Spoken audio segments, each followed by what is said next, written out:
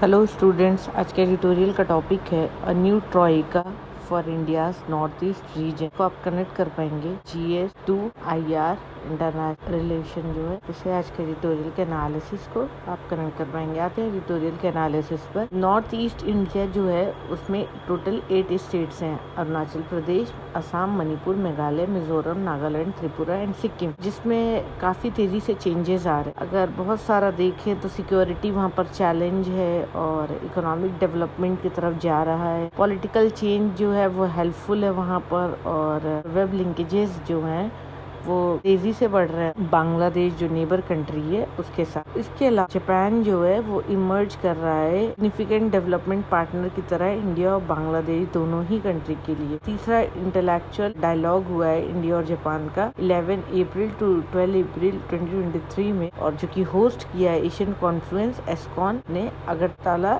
त्रिपुरा के capital city में। ये अच्छी अपॉर्चुनिटी है असेस करने की और इवॉल्व करने की जो एक्सपर्ट्स हैं, पॉलिसी मेकर्स हैं उनकी, और ये दिखाती है कि कैसे अभी जो हाली डेकेड है उसमें चेंजेस आ रहे हैं नॉर्थ ईस्ट में, और किस तरह से जो ट्रोइका है बांग्लादेश, इंडिया और जापान का, तो ट्रोइका मतलब 3 स्टेट का कोऑपरेशन, इस तरह से ये तीनों जो कंट्रीज हैं आपस में एक दूसरे के पास आ रहे हैं, तो वो इससे नजर आता है विजन क्या है और अपॉर्चुनिटीज क्या है इन कंट्रीज के क्लोजर आने पर। ये अगर मिल के काम करते हैं तो उसके क्या अपॉर्चुनिटीज होती है, क्या फायदा हो सकता है। सबसे इम्पोर्टेंट प्रोजेक्ट जो है डेवलपमेंट है Matarbari deep sea port DSP के नाम से है, जो कि बांग्लादेश के सदर्न साउथ ईस्टर्न जो कोस्ट है मटरबारी डीप सी, और ये कंस्ट्रक्ट किया जा रहा है जापान की मदद से, और ये ऑपरेशनल होगा 2027 में। और एक रिसेंट जो एस्कॉन की स्टडी है वो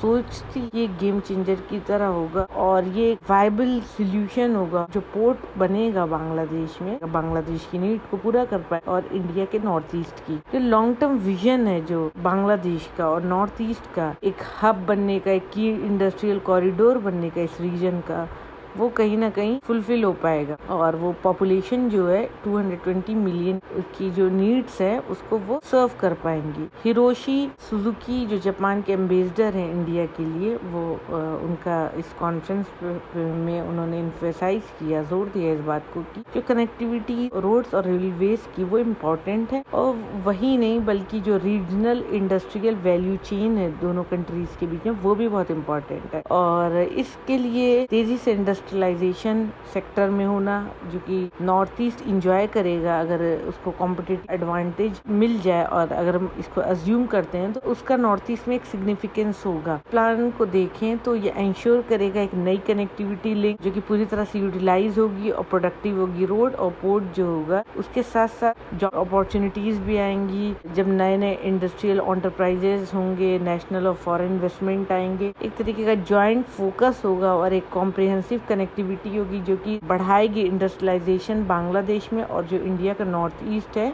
प्रायोरिटी पर। नॉर्थ ईस्ट ब्लेस्ड है एक वास्ट नेचुरल रिसोर्सेज से, वहाँ पे बहुत ज़्यादा ग्रीनरी है, और वो एक स्ट्रैटेजिक लोकेशन है जो कि बॉर्डर शेयर करता है नेपाल, भूटान, चाइना, बांग्लादेश, म्यांमार से, और वो एक एसेट की तरह है। अगर वैल्यू चेन क्रिएट करें और जो भी मैन्युफैक्चरिंग प्रोडक्ट है अगर इनको लेकर चलें तो डाइवर्स सेक्टर हो सकता है, agro processing, manmade fibres, handicraft, 2 wheelers वहाँ पे असेंबल हो सकते हैं, और मोबाइल फोन और फार्मास्यूटिकल इंडस्ट्रीज भी सेटअप हो सकती हैं। पॉपुलेशन के पास एक अच्छी एजुकेशन हो जो कि ऑलरेडी एक्सेल कर रहे हैं सर्विस सेक्टर में, तो वो एक अटेंशन सीख कर सकते हैं इन्वेस्टर का, जो पोटेंशियल इन्वेस्टर्स हैं वर्ल्ड के, और स्पेशली जो नेबरिंग कंट्रीज हैं। तो चैलेंजेस क्या है? चैलेंजेस जो भी हैं वो एड्रेस किए जा सकते हैं, रिजॉल्व किए जा सकते हैं अगर पॉलिसी को एक्सपेंड करें और लोगों को लेकर चले। जापान जो कि सिंगल इन्वेस्टर है नॉर्थ ईस्ट में, वो वर्क नहीं कर रहा है पूरी तरीके से, ये पॉलिसी पूरी तरीके से वर्क नहीं कर पा रही है। इंडियन कंपनी उसको भी इन्वेस्ट करना चाहिए नॉर्थ ईस्ट में, और इंडिया को जो रेस्ट्रिक्शंस है flow of investment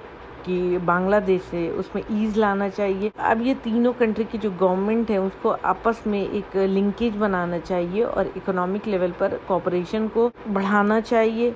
important argument यहाँ पर जो है वो बांग्लादेश के शहरयार आलम जो कि मिनिस्टर ऑफ स्टेट और फॉरेन अफेयर हैं, उन्होंने कहा कि ढाका और न्यू दिल्ली ऑलमोस्ट रिस्टोर कर रहा है जो उसका पहले रिलेशन था 1965 से पहले, और जो इंफ्रास्ट्रक्चर कनेक्टिविटी है इंडिया और बांग्लादेश की वो उसके बल्कि बियॉन्ड है, उसके आगे जा रही है। मिस्टर आलम ने फर्दर कहा कि बांग्लादेश जो है वो इंडिया की हेल्प कर रहा है और कनेक्टिविटी बढ़ाने में, और अब ज़रूरत है रेसिप्रोसिटी की। मतलब यहाँ पर इंडिया से है कि अगर उनका रिस्पांस अच्छा है तो इंडिया को भी बदले में एक अच्छा रिस्पांस देना चाहिए और बेटर कनेक्शन अदर नेबर के साथ भी बनाना चाहिए। यहाँ पर अदर नेबर से मुराद है नेपाल, भूटान और म्यांमार की। अगर फैसिलिटेशन इंडिया बढ़ा दे और असिस्ट करे बांग्लादेश को तो ये एक इंटीग्रल पार्ट होगा एक्ट ईस्ट पॉलिसी का जो कि इंडिया की है अभी। अगर यहाँ पर 2 एडिशनल पॉइंट जोड़ने की ज़रूरत है कंसिडरेशन में अगर लेना है अगर इन बातों को,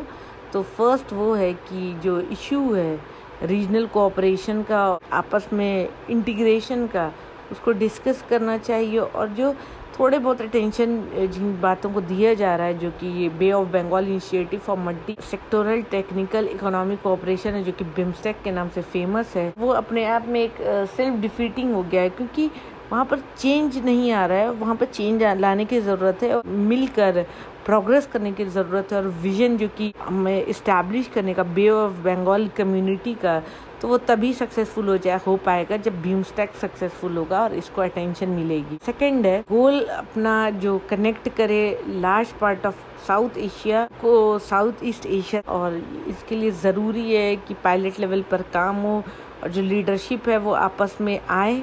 और यहाँ पे ट्राइड की बात की गई है जिसमें बांग्लादेश, इंडिया और जापान है जो कि शॉर्ट में BIJ लिखा हुआ है। BIJ एक फोरम होगा जो कि लॉन्च करें पहले फॉरेन मिनिस्टर के लेवल पर। इस मूव को वेलकम किया जाएगा नॉर्थ ईस्ट में भी ऑफ कोर्स, क्योंकि बांग्लादेश को मैंने अभी जो डिस्कस किया है तो ये क्लोज है हमारे नॉर्थ ईस्टर्न इंडिया का। अगर ये ट्राई अच्छा हो जाता है, अगर कोऑपरेशन अच्छा हो जाता है तो नॉर्थ ईस्ट के लिए बहुत बेनिफिशियल होगा। तो ये था आज का एडिटोरियल का analysis. Thank you for watching my video. Please share, like and subscribe.